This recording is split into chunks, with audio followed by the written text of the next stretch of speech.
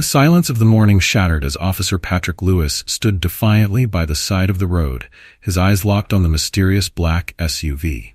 Inside the vehicle sat David Carter, his calm yet unyielding demeanor a stark contrast to the storm brewing outside. Behind the tinted windows of the car, in the back seat, lay the object of Patrick's relentless suspicion, a heavily secured safe, its steel exterior glinting ominously under the rising sun. "Open it now, or I'll do it myself," Patrick barked, gripping a crowbar with determination. The tension between the two men was palpable, the quiet stretch of highway suddenly feeling like the stage for an unavoidable showdown. But David didn't flinch. His steady voice broke the tension like a sharp blade. "You have no right to touch my property without cause. Stand down, officer." The air felt electric, as if time itself held its breath to see who would break first. Neither man was willing to yield, and the safe sat like a ticking time bomb between them, hiding secrets that could unravel everything. Before we dive deeper into this captivating story of power, defiance, and justice, let us know in the comments where you're watching from today. And if you're hooked already, don't forget to subscribe so you won't miss out on more stories like this one. The first rays of sunlight stretched across the open highway, bathing the landscape in hues of gold and orange.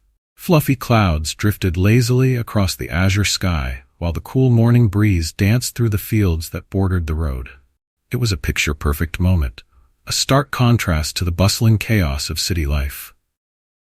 Driving steadily along this peaceful stretch of road was David Carter, a 54-year-old retired general of the U.S. Army. After dedicating 3 decades to serving his country, David had finally stepped away from the rigid demands of military life. This morning drive was part of his newfound routine, a chance to savor the freedom he had earned through years of sacrifice. Behind the wheel of his black SUV, David was dressed casually in a light gray shirt and faded jeans. At a glance, he appeared to be just another traveler enjoying the tranquility of the morning. But a closer look would reveal the resolute sharpness in his eyes, a gaze honed by countless battles, critical decisions, and unshakable leadership.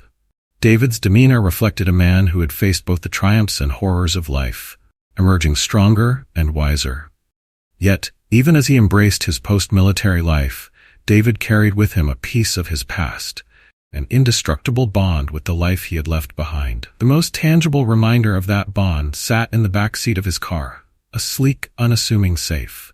To most, the safe might appear to be just another box for storing valuables, but to David it was a vault of irreplaceable memories and secrets. Its contents included military medals, classified maps, mission documents, and an audio recording that could alter the course of history if revealed. For David, the safe wasn't just a container. It was a monument to the life and choices he had made. The safe was designed to be impenetrable and equipped with advanced security features, including a mechanism that would release an indelible green paint if tampered with. This layer of protection was not just practical. It symbolized David's unwavering resolve to guard his past against unwanted intrusion. As the car hummed along the quiet highway, David exhaled deeply, trying to let the calmness of the moment settle into his bones. After years of relentless duty, he wanted nothing more than to enjoy the simple pleasures of life, a quiet morning, an open road, and the promise of a peaceful future. But a shadow of unease crept into his mind, as it often did. Despite his meticulous planning, the safe's presence felt like a beacon that might attract unwanted attention. The thought lingered like a faint warning, a premonition he couldn't shake. Years of military service had conditioned him to trust his instincts, and this morning was no exception. David's thoughts were interrupted by a sudden flash of red and blue lights in his rearview mirror. The shrill wail of a siren shattered the morning stillness, and his heart sank. Glancing into the mirror, he saw a police car closing in fast. His grip on the steering wheel tightened, though his expression remained calm. David knew he hadn't broken any laws, he wasn't speeding, and his vehicle was in perfect condition. Nevertheless, the sight of the flashing lights filled him with unease. Slowing down, he pulled over to the side of the road, the crunch of gravel beneath his tires the only sound now. The police car followed suit, stopping directly behind him. Moments later, an imposing figure stepped out, a tall, broad-shouldered man wearing a crisp uniform and a stern expression. The officer, Patrick Lewis, approached with deliberate steps. His eyes darted to the SUV, then lingered on the safe visible through the back window. Something about it seemed to trigger a spark of suspicion in his mind. "Good morning, sir," Patrick began, his voice cold and formal. His gaze didn't meet David's. Instead, it remained fixed on the safe. David nodded politely. "Good morning, officer. Is there a problem?" Patrick hesitated for a moment before speaking. "What's in the safe?" David followed the officer's gaze to the back seat, then turned back to meet his eyes. "Just personal belongings," he replied, his tone measured and calm. "Nothing illegal, I assure you." But Patrick didn't seem convinced. He took a step closer to the vehicle, his eyes narrowing. "A safe that big doesn't look like it's just holding personal belongings," he said. "I'm going to need to inspect it." The request hung in the air like a challenge, but David remained composed. Years of navigating high-pressure situations had taught him the value of staying calm, even when provoked. "Officer," David said firmly, "I understand your concern, but I believe you need a valid reason to inspect my property." Patrick's expression darkened, his jaw tightening. The morning's tranquility had evaporated, replaced by a tension that hung heavy in the air. Both men stood their ground, each unwilling to back down. As the sun rose higher, its golden light seemed to mock the unfolding confrontation. The stage was set for a clash between two strong-willed individuals, one defending his privacy, the other driven by suspicion. And though David couldn't predict exactly how the situation would escalate, he knew one thing for certain: this was only the beginning. The air between David Carter and Officer Patrick Lewis grew heavier with each passing second. Patrick's eyes flicked back and forth between David's calm expression and the imposing safe in the back seat, his suspicion mounting. "I'm going to ask again, sir," Patrick said, his voice sharper now. "What's in the safe?" David held his gaze, unflinching. "As I said, personal belongings. Nothing illegal or dangerous." Patrick's lips tightened into a thin line. He stepped closer to the driver's window, his imposing figure partially blocking the morning light. "You expect me to believe that?" he asked, his tone laced with doubt.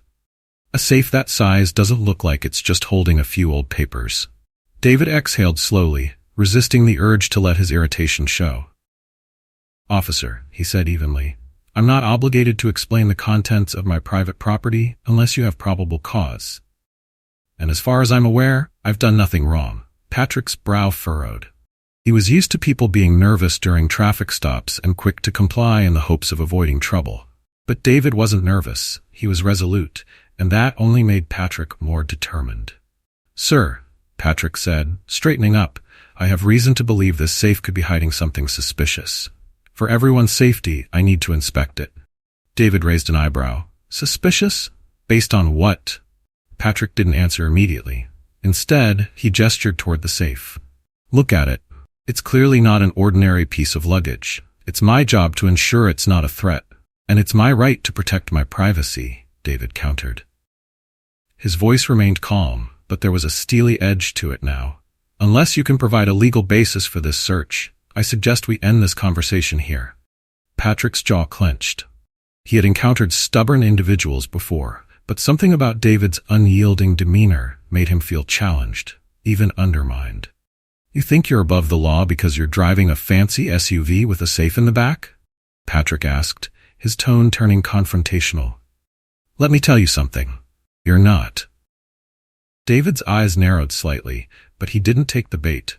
"I never said I was above the law," he replied, "but I do expect the law to be followed by both of us." The exchange was beginning to attract attention. A sedan driving by slowed down, the driver craning their neck to see what was happening. Patrick noticed the bystander but didn't let it distract him. He was too focused on asserting his authority. "Step out of the vehicle," Patrick ordered, his tone brooking no argument. David hesitated for a moment, then nodded. He had nothing to hide, and he knew that refusing would only escalate the situation further. Calmly, he unbuckled his seatbelt and stepped out of the SUV. Standing tall and composed, Patrick was momentarily taken aback. Up close, David's presence was even more commanding. There was a quiet confidence in the way he carried himself, the kind of poise that could only come from years of experience in high-stakes situations. What's your name? Patrick asked, pulling out a notepad. David Carter, he replied. Patrick scribbled the name down, his pen moving with a bit more force than necessary. Mr. Carter, I'm giving you one last chance to cooperate. Open the safe, or I'll be forced to take further action. David's eyes met Patrick's, unwavering. With all due respect, officer, I won't be intimidated into surrendering my rights. If you want to open that safe, you'll need a warrant. Patrick's hand tightened around the pen. He wasn't used to being defied like this, and it only fueled his determination. Fine, he snapped. But don't think this ends here. You're hiding something, and I'll find out what it is. David didn't respond. He knew from experience that silence could be more powerful than words. Patrick turned abruptly and walked back to his patrol car, muttering under his breath. Once inside, he grabbed his radio and called for backup. Dispatch, this is Officer Lewis. I need assistance at mile marker 62 on Route 89. Possible suspect with suspicious cargo. Over. David watched as Patrick made the call, his expression unreadable. He didn't know exactly how this situation would unfold, but he wasn't about to back down. The safe was more than just a container. It was a symbol of everything he had fought to protect, and he wasn't going to let anyone violate it without just cause. A few minutes later, the sound of another siren broke the relative silence. A second patrol car pulled up, and two more officers stepped out. One of them, a younger man with a friendly demeanor, looked surprised to see Patrick's intense expression. What's going on, Patrick? The younger officer asked. Patrick pointed to the SUV. This man has a large safe in his vehicle. He refuses to let me inspect it, and I believe it could pose a threat. The younger officer glanced at David, then at the safe visible through the rear window. Did he say what's in it? Claims it's personal belongings, Patrick said, his tone dripping with skepticism. But look at it. It's too big and too secure for that to be true. The younger officer frowned but didn't seem as convinced. Do you have probable cause? He asked cautiously. Patrick's jaw tightened. I'm working on it. David, standing a few feet away, decided to speak up. Officers, I respect the work you do, but this is harassment. I've done nothing wrong, and I have no obligation to let you search my private property without a warrant. The younger officer looked uneasy, as if he were caught between loyalty to his colleague and the logic of David's argument. Patrick, however, wasn't ready to back down. All right, Patrick said, pulling a crowbar from the trunk of his patrol car. If you won't open it, I will. David's eyes flashed with a warning. Touch that safe, and you'll regret it, he said, his voice calm but firm. Patrick smirked. We'll see about that. David Carter stood his ground as Officer Patrick Lewis approached the SUV, crowbar in hand.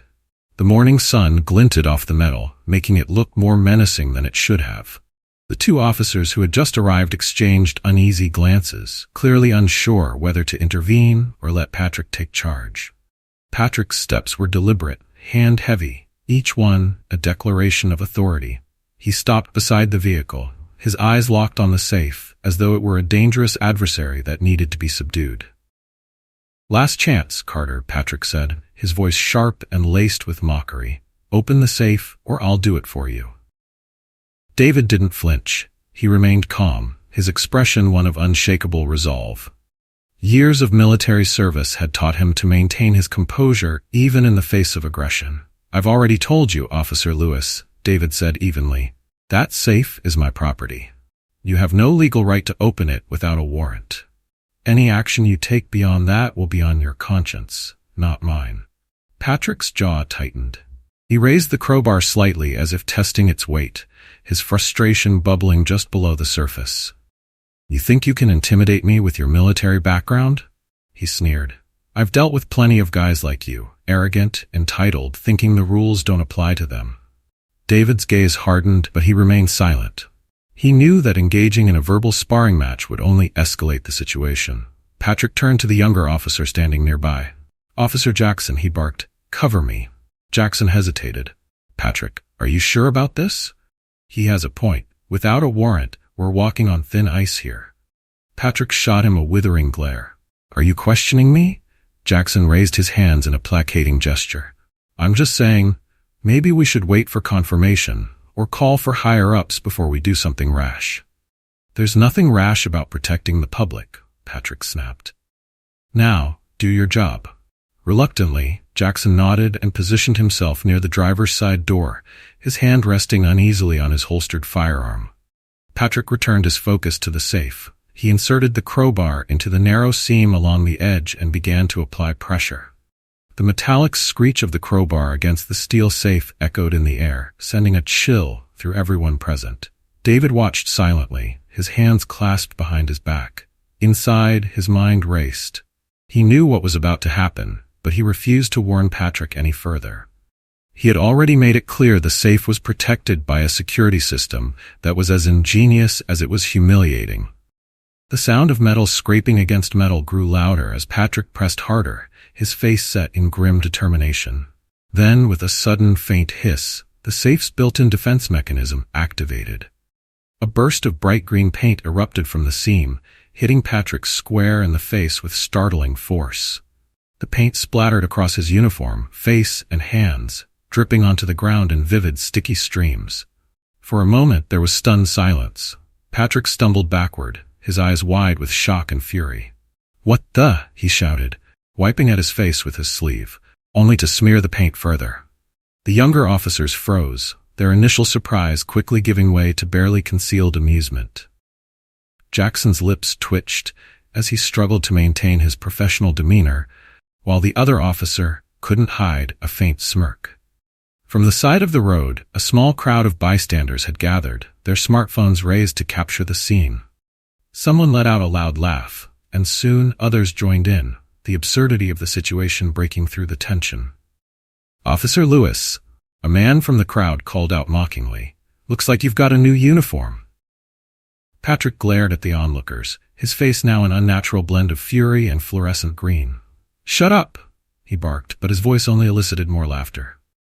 David finally spoke, his voice calm but tinged with irony. "I warned you, Officer Lewis. That safe has an advanced security system. It's designed to protect against exactly this kind of tampering." Patrick whipped around to face David, his green-streaked face twisted in anger. "You think this is funny?" he spat. "This is assault." David's expression didn't change. "It's not assault, officer. It's self-defense against unlawful entry." The officers behind Patrick exchanged glances, their expressions unreadable. Jackson stepped forward hesitantly. "Patrick," he said cautiously, "maybe we should step back and reevaluate the situation." "Step back?" Patrick repeated incredulously. He gestured to his paint-covered uniform. "Do I look like I'm going to step back?" Jackson's eyes flicked toward the growing crowd of bystanders. "I'm just saying," he muttered, "this isn't exactly looking good for us." The laughter from the onlookers continued to grow, and several people began sharing the videos they were recording. Within minutes, social media posts titled "Painted Cop" and "Green Patrol" started to circulate, turning Patrick into an unwitting meme. David stood quietly, his hands still clasped behind his back. He didn't need to say anything more. Patrick's humiliation was unfolding on its own. "Fine," Patrick shouted, his voice cracking slightly under the weight of his anger and embarrassment. "You think this is over? It's not. I'll get that warrant, and when I do, you're going to regret this." David inclined his head slightly. "I look forward to seeing you follow proper procedure, Officer Lewis." Patrick's frustration reached its peak. With one last furious glare at David, he stormed back to his patrol car, leaving green paint-stained footprints in his wake. The crowd began to disperse, though the laughter and murmurs of amusement lingered in the air. The younger officers stayed behind, unsure of how to proceed. David turned to them, his tone measured but firm. "Gentlemen, I think it's clear that this situation has already gone too far. Perhaps it's time to let cooler heads prevail." Jackson nodded slowly. "You're right, sir. Let's step back and reassess." David nodded in return and climbed back into his SUV, his expression unreadable. As he started the engine and pulled away, he glanced in the rearview mirror. Patrick was still standing by his patrol car, furiously wiping at his face and uniform, his humiliation now a public spectacle. As David Carter drove away from the scene, the tension of the encounter lingered in the air. In his rearview mirror, Officer Patrick Lewis was a spectacle of humiliation, his uniform streaked with sticky green paint. The crowd around him began to disperse, though the chatter and laughter persisted. For David, the morning had taken a turn he had anticipated but still found frustrating. While the safe's security mechanism had worked as intended, the incident was far from over. Years of military experience had taught David that conflicts rarely ended cleanly. This one, he suspected, was no exception. Meanwhile, back at the roadside, Patrick was seething. His colleagues, Officers Jackson and Rivera, were struggling to contain their amusement. "Patrick," Jackson ventured hesitantly, "maybe it's time to call it a day. This situation is getting out of hand." "Out of hand?" Patrick snapped, his voice rising. "Do you see what he did? He humiliated me in front of everyone." Rivera crossed his arms, trying to keep his tone neutral. "You're the one who tried to break into the safe without a warrant." Patrick glared at him. "Whose side are you on, Rivera? That guy could be hiding something dangerous, and you're worried about a warrant?" Rivera held up his hands in a gesture of surrender. "I'm just saying, this isn't the best look for any of us." Patrick wiped futilely at the paint on his face, only succeeding in spreading it further. Frustrated, he reached for his radio and barked into it. "Dispatch, I need backup at mile marker 62, Route 89. Situation escalating. Send more units." Over. Rivera and Jackson exchanged uneasy glances. They both knew that escalating the situation further was a bad idea, but Patrick's pride had taken too hard a hit for him to back down now. As the minutes ticked by, more police vehicles began arriving at the scene. Their arrival drew fresh attention from passing motorists, who slowed down to gawk at the growing commotion. Several bystanders stopped their cars, stepping out to record the scene with their phones. One man, dressed in a sharp business suit, approached the officers with a bemused expression. "What's going on here?" he asked, his phone already recording. "Looks like some kind of art project gone wrong." Patrick shot him a withering glare. "Step back, sir. This is an official police matter." "Sure doesn't look official," the man retorted, panning his phone camera to capture Patrick's paint-covered face. "Looks more like a bad day at a paintball game." The comment drew snickers from the crowd, and Patrick's face turned a shade redder beneath the green paint. "Everyone back up," he bellowed. "This is a restricted area." David, now several miles down the highway, had pulled into a rest stop. He parked in a shaded corner of the lot, stepped out of his SUV, and took a deep breath. He needed a moment to collect his thoughts and plan his next move. Opening the back door of his vehicle, he examined the safe.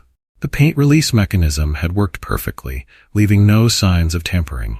He allowed himself a small, satisfied smile. Pulling out his phone, David checked the recording app. He had set it to capture audio and video as soon as the confrontation began, ensuring he had a complete record of the incident. He reviewed the footage briefly, confirming that it documented Patrick's overreach and the activation of the safe's security system. David knew this evidence would be crucial. While he had no desire to escalate the situation further, he also wouldn't tolerate being harassed or accused without cause. Back at the roadside, the scene had turned chaotic.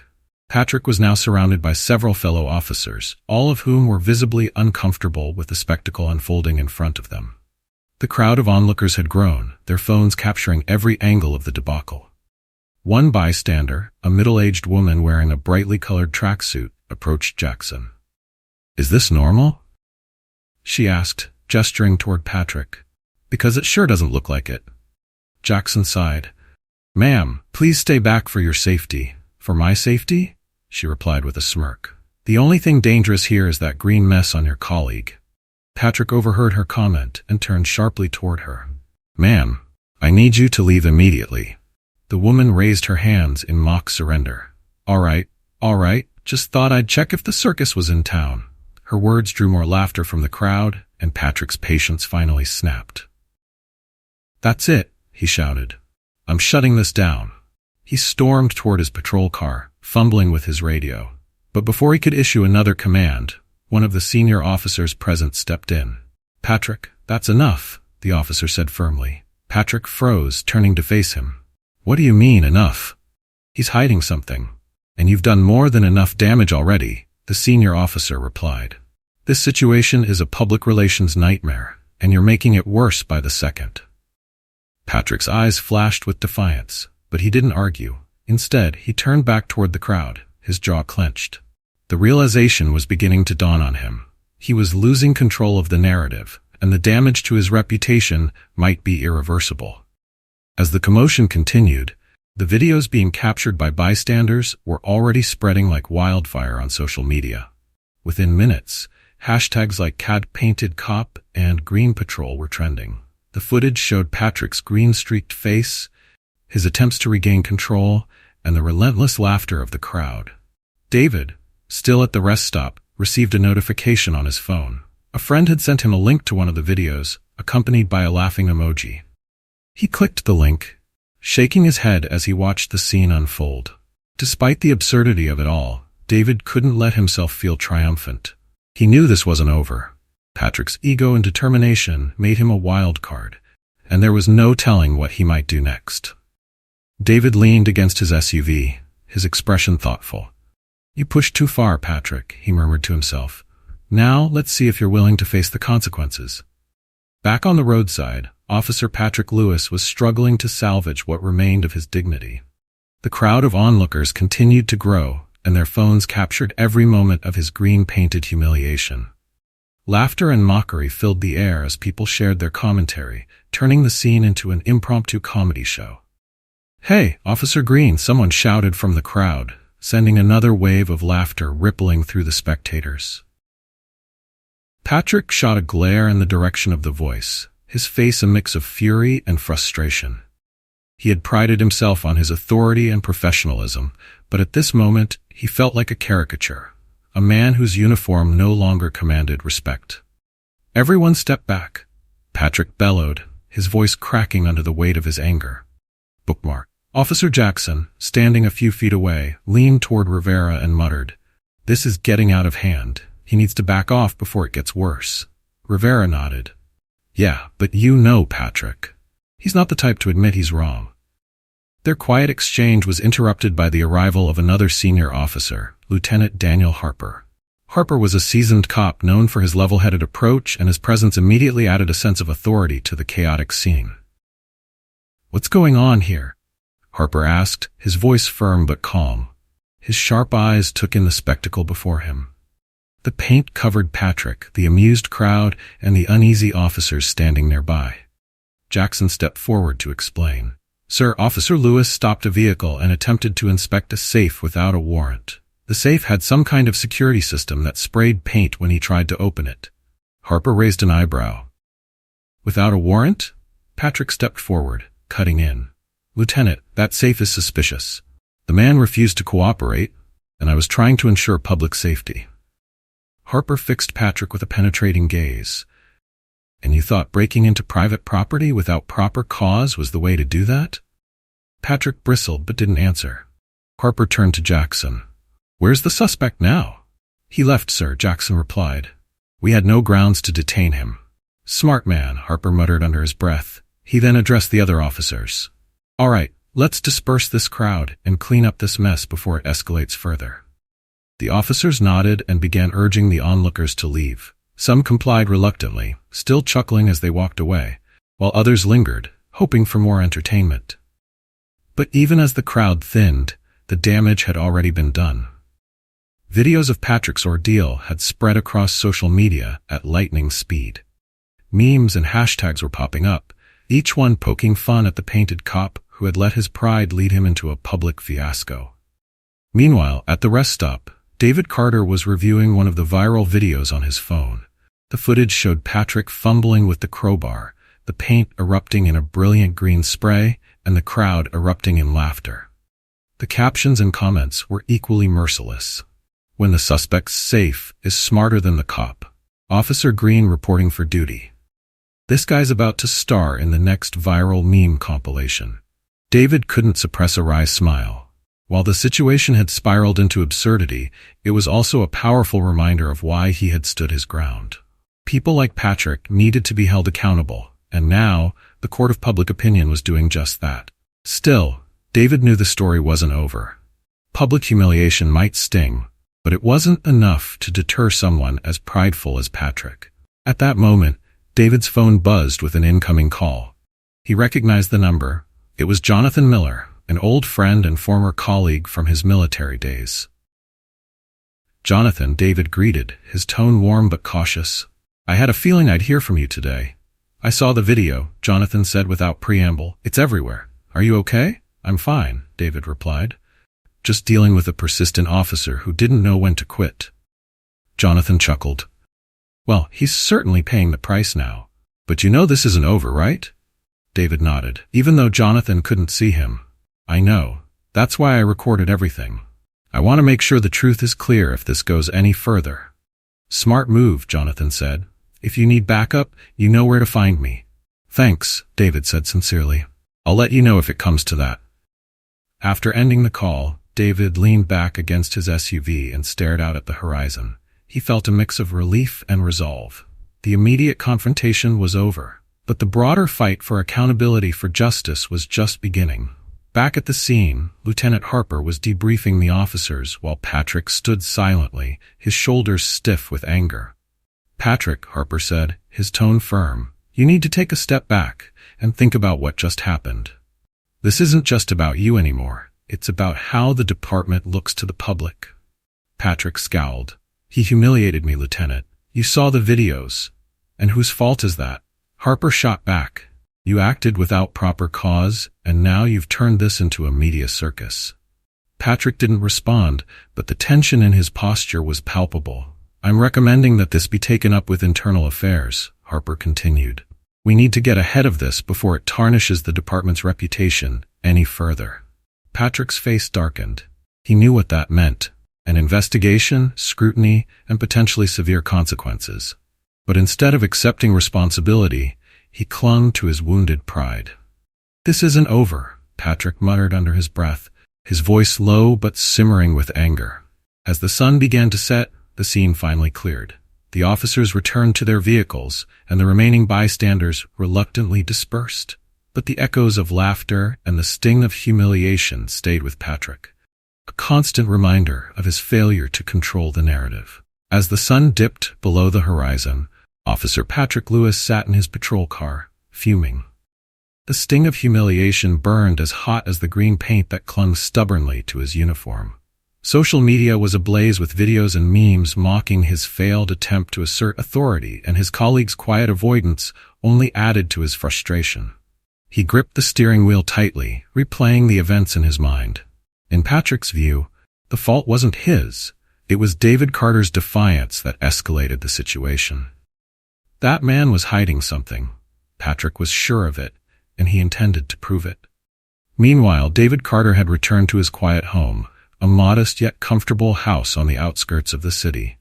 The events of the day had left him physically tired, but mentally sharp.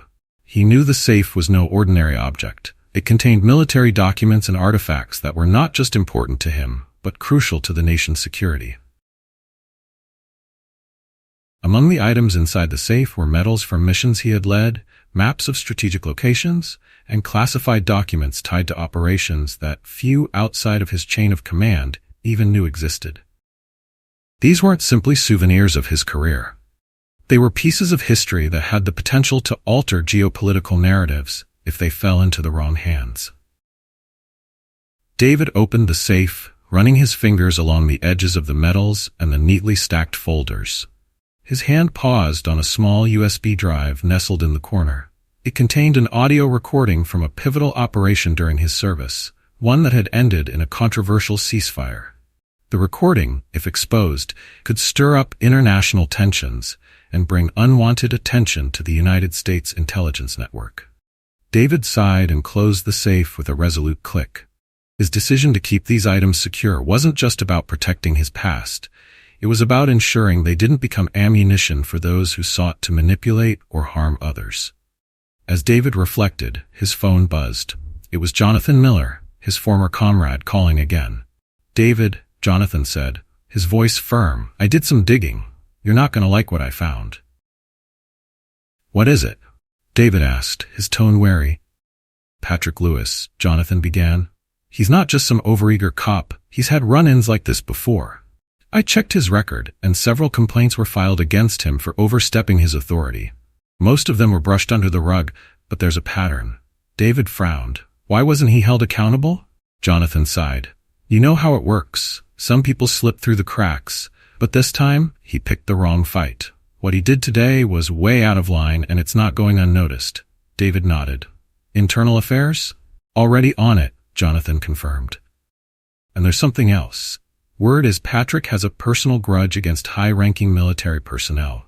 Something about his father's dishonorable discharge years ago. It's not in the official records. But people talk. David absorbed this information in silence. It didn't surprise him that Patrick's actions were fueled by something more than professional suspicion. Still, it was a dangerous mix. Personal vendettas and unchecked authority rarely led to good outcomes. "Thanks for letting me know, Jonathan," David said. "I'll be ready if this escalates." The next day, David's prediction proved correct. Patrick, now emboldened by his anger and humiliation, had pushed for an official investigation into David's safe. Internal Affairs, already alerted by the public uproar, had stepped in to assess the situation. At the precinct, Lieutenant Daniel Harper stood before a panel of investigators, recounting the events as they had unfolded. "Officer Lewis acted without probable cause," Harper explained, his tone measured but firm. "His attempt to force the safe open was not only a violation of procedure, but also a gross overreach of authority. The security system's response only highlighted how unprepared he was to handle the situation." The investigators nodded, their faces stern. "And what about the contents of the safe?" one of them asked. Harper shook his head. "We have no indication that the safe contained anything illegal. From the owner's statements and background, it seems to hold personal and professional items related to his military service." One of the investigators leaned forward. "We've also received several reports from bystanders and fellow officers about Lewis's behavior. Combined with his history of complaints, this paints a troubling picture." The room fell silent as the weight of the situation settled in. Meanwhile, Patrick wasn't sitting idly by. Determined to salvage his reputation, he had begun assembling what he believed to be a case against David. In his mind, the man's refusal to cooperate was proof enough that he was hiding something, and Patrick intended to uncover it. That evening, David received another call, this time from an unexpected source. "Mr. Carter," a firm voice said, "this is Lieutenant Harper from the precinct. I'd like to meet with you to discuss today's events." David agreed, sensing that Harper's intentions were more about resolution than confrontation. When they met at a local diner, Harper's demeanor was professional but approachable. "Mr. Carter," he began, "I want to apologize for what happened today. Officer Lewis's actions were inappropriate, and I want to assure you that we're taking the matter seriously." David inclined his head. "I appreciate that, Lieutenant. I only ask that my rights and privacy be respected." Harper nodded. "Understood. But I also need to ask, what's in the safe?" David's expression remained calm. "Personal belongings, Lieutenant. Some of them are tied to my military career. Nothing illegal, but also nothing I'm willing to share without proper cause." Harper studied him for a moment, then nodded. "Fair enough. But I want to warn you, Lewis isn't going to let this go. He's pushing for a full investigation." David's jaw tightened slightly. "Let him push. I have nothing to hide, but I won't tolerate harassment." Harper sighed. "Just be prepared. This might get worse before it gets better." As the two men parted ways, David felt a renewed sense of resolve.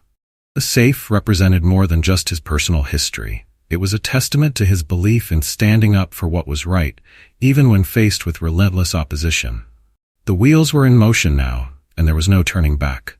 The next day, the fallout from the roadside confrontation became impossible for the police department to ignore. Officer Patrick Lewis had become the subject of relentless public ridicule, thanks to the viral videos of his green-painted ordeal. Memes, hashtags, and commentary filled social media platforms, with titles like The Green Enforcer and Painted Cop Chronicles trending across various sites. Patrick's name, once respected among his peers, was now synonymous with the humiliation of overreach. The department's public relations team was in crisis mode, attempting to manage the growing backlash while preparing for an internal investigation. At the precinct, Patrick sat stiffly in a conference room as his superior, Lieutenant Daniel Harper, stared at him with a mixture of disappointment and frustration. "Do you have any idea what you've done, Lewis?" Harper asked, his voice cold. Patrick bristled. "I was doing my job, Lieutenant. That man was hiding something, and I acted in the interest of public safety." "Public safety?" Harper repeated incredulously.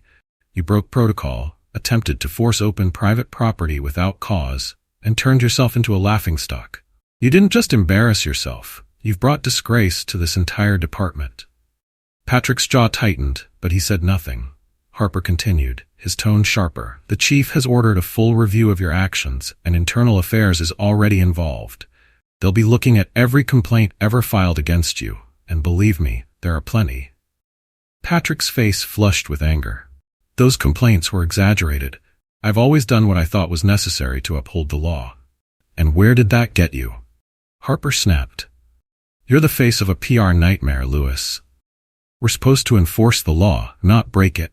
The words stung, but Patrick refused to back down. His mind was consumed by the belief that David Carter was hiding something monumental. He couldn't shake the image of the safe, its impenetrable design, the smug composure of its owner. To Patrick, it was more than a box, it was a challenge to his authority. As Harper dismissed him, Patrick walked out of the conference room, his fists clenched. He passed by several colleagues who avoided making eye contact. The few who did couldn't hide their smirks. At his desk, Patrick opened his laptop and scrolled through the mountain of social media posts about him. Each meme, each sarcastic comment felt like a dagger to his pride. One post caught his attention, a short video where David Carter calmly addressed the crowd after the paint incident. His composure was unshakable, and his words were deliberate. "This is about protecting what's mine," David said in the clip. "We all have rights, and no one, not even those in uniform, has the right to take them away without cause." The comments below the video were overwhelmingly supportive. "This guy is a legend. Finally, someone standing up to abuse of power. Officer Green, better think twice before pulling another stunt like that." Patrick's frustration boiled over. He slammed his laptop shut, his mind racing. The department might be content to let this blow over, but he wasn't. He needed to regain control of the narrative. Meanwhile, David Carter's phone buzzed with notifications. Messages of support poured in from friends, family, and even strangers who had seen the viral videos. One message, however, stood out. It was from a civil rights attorney named Angela Fields. "Mr. Carter," the message read, "I saw what happened in the video circulating online. If you're considering taking legal action, I'd be happy to represent you. Cases like yours highlight the importance of holding law enforcement accountable." David considered her offer. While he wasn't eager to engage in a lengthy legal battle, he also recognized the importance of setting a precedent. He decided to call her. "Miss Fields," he began, "thank you for reaching out. I'm not sure I want to take this to court, but I do want to ensure that what happened doesn't get swept under the rug." "I understand," Angela replied. "Even if you don't want to file a lawsuit, we can work to ensure there's accountability." Sometimes just the threat of legal action is enough to spur change. David agreed to meet with her, and they arranged a time to discuss the matter further. Back at the precinct, the internal affairs investigation had begun in earnest. Officers were called in to provide statements, and Patrick's record was scrutinized. Every complaint filed against him, ranging from excessive force to inappropriate conduct, was brought to light. Lieutenant Harper was interviewed as well. "Lewis has always been a good officer on paper," Harper told the investigators, "but his inability to manage his emotions has been a recurring issue. This incident with Mr. Carter is just the latest example." As the investigation progressed, Patrick's behavior came under increasing scrutiny. Details emerged about his personal vendettas, including his resentment toward high-ranking military personnel. It became clear that his actions during the roadside confrontation were not motivated solely by professional duty. Meanwhile, the videos of the incident continued to gain traction online. News outlets picked up the story, framing it as a case of abuse of power versus individual rights. Civil rights groups weighed in, calling for reforms in law enforcement procedures to prevent similar incidents. David watched the coverage with a mixture of satisfaction and exhaustion. He hadn't sought the spotlight, but he was glad the story was sparking a broader conversation. At the same time, he couldn't ignore the lingering tension. Patrick's determination to uncover the contents of the safe had felt deeply personal, and David suspected the officer wasn't finished yet. As night fell, David locked the safe and double-checked the security system on his home. He didn't consider himself paranoid, just prepared.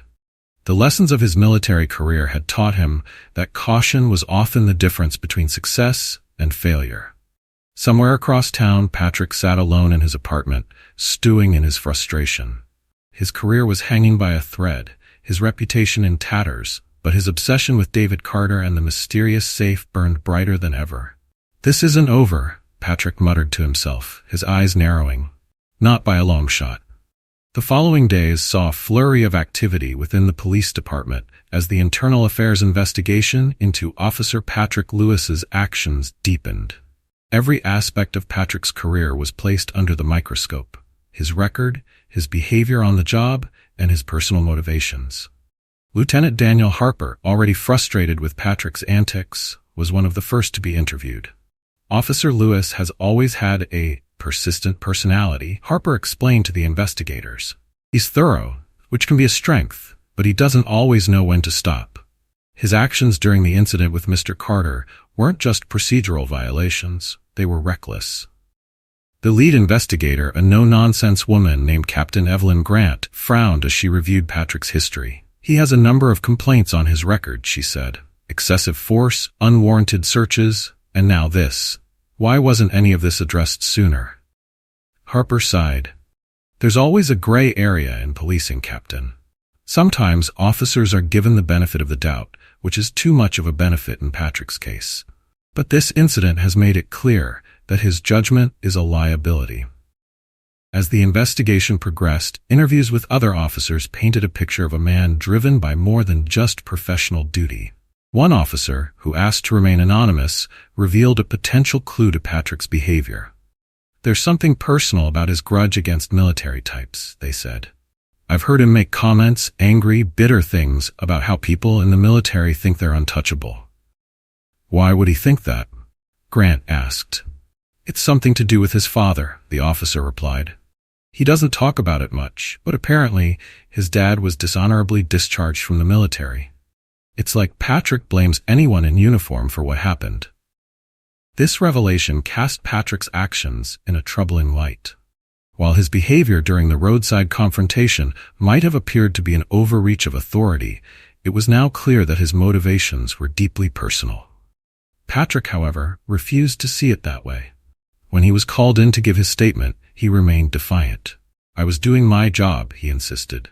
"That man was hiding something dangerous. His safe was too secure, too suspicious. What was I supposed to do? Ignore it?" "You were supposed to follow protocol," Grant replied sharply. "You had no warrant, no probable cause. Your actions were not only a violation of Mr. Carter's rights, but a stain on this department's reputation." Patrick's jaw clenched, but he said nothing. Back at his home, David Carter was keeping a close eye on the investigation's progress. His conversations with Lieutenant Harper and his new attorney, Angela Fields, had reassured him that justice was being pursued, but he wasn't taking anything for granted. Angela had encouraged David to stay vigilant. "Cases like this can turn unpredictable," she warned. "If Lewis feels cornered, he might act out in desperation. Be prepared for anything." David took her advice seriously. He double-checked the security of his home and the safe, ensuring that every precaution was in place. As days turned into a week, the investigation began uncovering more about Patrick's past. Reports of his father's dishonorable discharge were confirmed, revealing that it had occurred under controversial circumstances. Patrick's father, once a decorated military officer, had been accused of misconduct during a critical operation. The incident had ended his career and left the family disgraced. Patrick had grown up hearing about the injustice of it all, and it had shaped his view of authority figures in uniform. To him, David Carter wasn't just a retired general. He was a symbol of the institution that Patrick had come to resent. This information only deepened the department's concern. Captain Grant discussed it with Lieutenant Harper during a private meeting. "We're dealing with more than just a procedural violation," Grant said. "This is about deep, personal bias, which is influencing his decisions on the job. That makes him a liability." Harper nodded grimly. "I've been saying that for years. He's a ticking time bomb, and this time he went too far." As the investigation neared its conclusion, Patrick found himself increasingly isolated. His colleagues avoided him, the higher-ups scrutinized his every move, and the media continued to mock him mercilessly. The videos of the green paint incident were still circulating online, now accompanied by satirical commentary from pundits and influencers. Civil rights groups were using the case as a rallying cry, demanding stricter oversight of law enforcement officers and more accountability for abuses of power. David, meanwhile, was trying to return to his routine, though the events of the past week weighed heavily on him. He had become an unwitting symbol of standing up to authority, and while he appreciated the support, he also longed for the quiet life he had sought in retirement. One evening, as David was reviewing his security footage, he received a call from Lieutenant Harper. "Mr. Carter," Harper began, "I wanted to let you know that the investigation into Officer Lewis is wrapping up. The findings will be presented to the chief tomorrow." David leaned back in his chair. "And what are the findings?" "Enough to justify disciplinary action," Harper said. "Internal Affairs has uncovered a pattern of behavior that goes beyond this incident. It's likely that Lewis will face suspension or worse." David nodded. "Thank you for letting me know, Lieutenant. I hope this leads to meaningful change." "I do too," Harper replied. "And for what it's worth, I'm sorry you had to go through this." As the call ended, David felt a sense of closure beginning to form. While the situation had been far from ideal, he was glad to see accountability being pursued. The next morning, Patrick arrived at the precinct, his demeanor defiant despite the storm of criticism surrounding him. He was summoned to the chief's office where Captain Grant and Lieutenant Harper were waiting. "Officer Lewis," the chief began, his tone grave, "the findings of the investigation are clear. Your actions during the incident with Mr. Carter were a violation of protocol and a breach of public trust. In light of this, you are hereby suspended, effective immediately." Patrick's face reddened. "You're suspending me? For doing my job?" "No," the chief replied sternly. "For abusing your position. This department will not tolerate bias, overreach, or behavior that undermines the principles we stand for." Patrick's protests fell on deaf ears. As he handed over his badge and left the office, the weight of his actions began to sink in. The consequences of his choices were undeniable, and the fallout was far from over. The announcement of Officer Patrick Lewis's suspension spread quickly, both within the precinct and beyond. For many of his colleagues, it was a long overdue consequence for an officer whose unchecked behavior had caused ripples for years. For Patrick, however, it was a crushing blow to his pride and his career. He sat in his small apartment that evening, staring at the badge he had turned in earlier that day. The weight of his suspension hung heavily over him, not just as a professional setback, but as a public humiliation. The online ridicule hadn't let up. If anything, it had intensified. Every scroll through social media revealed new memes mocking his painted face and defiant stance. Across town, David Carter was watching the same news unfold, but with a different perspective. While he felt some relief that accountability was being pursued, he couldn't help but reflect on the broader implications of the incident. "Justice is only as strong as the system that enforces it," David murmured to himself. It was a sentiment born of years of military service, an understanding that institutions like people were only as good as their actions. The next day, David met with Angela Fields, the civil rights attorney who had reached out to him earlier. Sitting across from her at a small downtown cafe, he outlined his thoughts on the incident and what he hoped to achieve moving forward. "I'm not looking for revenge," David said, his voice steady. "I just want to ensure that this doesn't happen to someone else. People like Lewis need to understand that power doesn't exempt them from accountability." Angela nodded. "I understand. And I think we can use this case to push for meaningful changes, both within the police department and in how these situations are handled."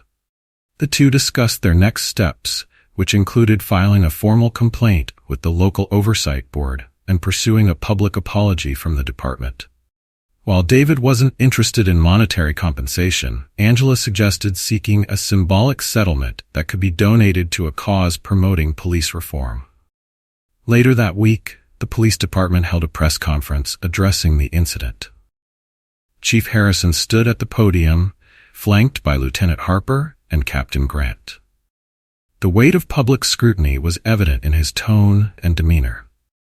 "We are deeply concerned by the events involving Officer Lewis and Mr. Carter," the chief began. "Let me be clear. The actions taken by Officer Lewis do not reflect the values or standards of this department. We are committed to holding our officers accountable and ensuring that incidents like this are prevented in the future." The chief went on to announce Patrick's suspension and the implementation of new training protocols aimed at addressing biases and improving adherence to procedure. He also extended a public apology to David, acknowledging the violation of his rights. David watched the press conference from the quiet of his living room. While he appreciated the apology, he remained skeptical of the promised reforms. Words were easy, actions tattered. The community's response to the incident was a mix of relief and frustration. While many applauded the department for taking action against Patrick, others saw the incident as a symptom of a larger problem, one that required systemic changes. Civil rights groups seized the opportunity to push for greater oversight of law enforcement, organizing rallies and town hall meetings to discuss reforms. For Patrick, the aftermath was unrelenting. As he adjusted to life without his badge, he found himself grappling with a mixture of anger, regret, and shame. His obsession with the safe and its mysterious contents lingered, a reminder of the choices that had led to his downfall. One evening, Patrick's former colleague, Officer Jackson, paid him a visit. "You're a hard man to reach these days," Jackson said, stepping into the dimly lit apartment. Patrick shrugged, slumping into a chair. "Guess I don't have much to say." Jackson sat across from him, studying his friend's haggard appearance. "Look, Patrick, I know this has been hard, but maybe it's time to face the fact that you went too far." Patrick's eyes flashed with defiance. "I was doing my job." "No," Jackson said firmly. "You were letting your anger control you. That safe wasn't a threat, and Carter wasn't your enemy. You made it personal, and now you're paying the price." Patrick looked away, his jaw tightening. He wanted to argue, but deep down, he knew Jackson was right. Meanwhile, David continued to rebuild his quiet life. He declined several interview requests, choosing instead to focus on his own peace and the lessons he had learned from the ordeal. One afternoon, as David was walking through his neighborhood, a young man approached him. "Mr. Carter?" the man asked hesitantly. David nodded. "Yes? I just wanted to say thank you," the man said. "What you did, standing up for yourself, for your rights, it meant a lot. People like me look up to that." David smiled faintly, nodding. "Thank you. I just did what I thought was right." As the man walked away, David felt a renewed sense of purpose. The incident, while frustrating and exhausting, also highlighted the importance of vigilance and resilience. Months later, the police department announced the results of its internal review. Alongside Patrick's suspension, several procedural changes were implemented, including stricter guidelines for searches and enhanced training on bias and de-escalation. While the changes were a step in the right direction, David knew the work was far from over. Still, he took comfort in knowing that his stand had sparked a broader conversation, one that might inspire others to demand fairness and accountability. For Patrick, the journey was more personal. With his career in law enforcement effectively over, he was left to confront the choices that had led him there. Over time, the anger that had driven him began to give way to self-reflection, though the path to redemption remained uncertain. As for David, life slowly returned to normal. The safe, its contents still secure, remained a symbol of his past and a testament to his unwavering resolve. And while he hoped never to face a situation like this again, he knew he was ready if the need arose. As time passed, the incident involving David Carter and Officer Patrick Lewis became more than just a local controversy. It evolved into a touchstone for discussions about accountability, personal rights, and the misuse of authority. The events were analyzed in town hall meetings, featured in news segments, and even used in police training programs as a cautionary tale. For David, life finally settled into a peaceful rhythm. His days were spent tending to his garden, visiting with friends, and enjoying the calm he had sought since retiring from military service. Though he rarely spoke publicly about the confrontation, he was often reminded of its impact by those who reached out to thank him for standing his ground. One morning, David sat on his porch sipping coffee, and he received a letter in the mail. The envelope was plain and the handwriting unfamiliar. Opening it, he found a short note. "Mr. Carter, I owe you an apology. I let my pride and anger get the best of me, and I made decisions that I deeply regret. I hope one day to become the kind of person who earns respect rather than demands it. Thank you for standing firm and teaching me a lesson I won't forget. Patrick Lewis." David stared at the note for a long moment, his expression unreadable. It wasn't the apology itself that surprised him.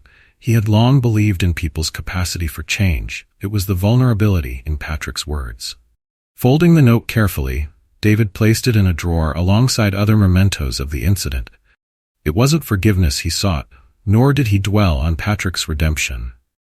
For David, the lesson lay in the importance of action, in standing up not just for oneself, but for principles that benefit everyone. The broader community had taken notice of the incident as well. Civil rights organizations used David's story as an example of why reforms in law enforcement were necessary. The police department, eager to restore its credibility, implemented a series of changes designed to prevent future abuses of power. One of these changes was a new training module based on David's case, focusing on de-escalation tactics and the importance of respecting personal rights. Officers were taught to view each interaction as an opportunity to build trust rather than assert dominance. For Patrick, the journey toward redemption was far from easy. Stripped of his badge and his authority, he struggled to find purpose in the wake of his career's abrupt end. But the suspension forced him to confront his actions and the biases that had fueled them. Over time, Patrick began volunteering at a local community center, working with at-risk youth. He rarely spoke about his past as an officer, but his interactions with the young people taught him humility and empathy. Slowly, he began to rebuild himself, one small act at a time. The story of David and Patrick, however, was not just about their individual journeys. It served as a reminder of larger truths, that power must always be balanced with accountability, and that courage in the face of injustice can spark meaningful change. For David, the safe in his SUV remained both a literal and symbolic reminder of his past. It held the secrets of a life spent in service, but it also represented something more, his belief in protecting what mattered, whether it was classified documents or personal rights. One evening, David was invited to speak at a community event focused on personal rights and justice. Though hesitant at first, he agreed, knowing his story might inspire others. Standing before a small but attentive audience, David spoke with the same calm authority that had carried him through countless challenges. "I didn't stand up to that officer because I wanted to make a statement," he began. "I stood up because I believe in fairness, in accountability, and in the idea that no one is above the law, not even those tasked with enforcing it." The audience nodded in agreement, their faces reflecting a mix of admiration and determination. "This isn't just about one incident," David continued. "It's about what we as a community are willing to accept. It's about ensuring that those who hold power are held accountable, not out of anger, but out of a commitment to justice." As he concluded his speech, the room erupted in applause. Though David had never sought to be a symbol, he accepted the role with grace, knowing it came with a responsibility to lead by example.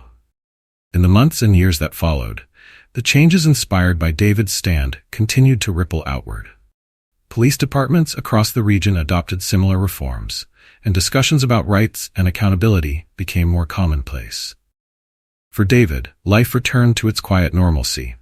He spent his days enjoying the peace he had fought so hard to preserve, grateful for the opportunity to live on his own terms.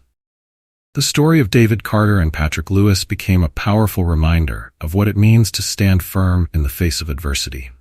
It wasn't about winning or losing. It was about the courage to act, the willingness to confront injustice, and the belief that even small acts of resistance can lead to profound change. As David watched the sun set over his quiet neighborhood, he allowed himself a rare moment of reflection. The confrontation had tested him, but it had also affirmed his belief in the values he held dear. And for Patrick, somewhere across town, the journey towards self-improvement continued, a quiet but meaningful reminder that even those who falter can find a path forward if they're willing to learn from their mistakes. In the end, The story wasn't just about two men on opposite sides of a conflict. It was about the power of accountability, the resilience of the human spirit, and the enduring hope that justice, when pursued with courage and conviction, will always prevail. The story of David Carter and Officer Patrick Lewis is more than just an account of a single confrontation. It's a testament to the strength of standing up for what's right, even when faced with overwhelming pressure. Through David's unwavering resolve and commitment to protecting his rights, we are reminded of the importance of accountability and the delicate balance of power in society. This narrative isn't merely about a decorated veteran and a determined officer. It's about the broader lessons we can draw. It highlights the need for vigilance against the misuse of authority, the courage to confront injustice, and the resilience required to uphold personal and collective rights. It also shows that redemption is possible for those willing to confront their mistakes, as Patrick's journey reflects the potential for growth and change. Above all, the story underscores the idea that justice is not a passive ideal. It is something we must actively pursue. Whether through the calm determination of individuals like David or the collective push for reforms sparked by incidents like this, the pursuit of justice is a continuous effort that requires strength, patience, and integrity. If this story moved you, we'd love to hear your thoughts. Did it inspire you? If you found it good, leave a comment with a 1. If you thought it was amazing, comment with a 2. And don't hesitate to share your own experiences. Your stories matter too. Don't forget to subscribe to our channel so you won't miss more meaningful and impactful stories like this one. Share your thoughts in the comments below and let us know what this story meant to you. Your voice is important, and we can't wait to hear from you.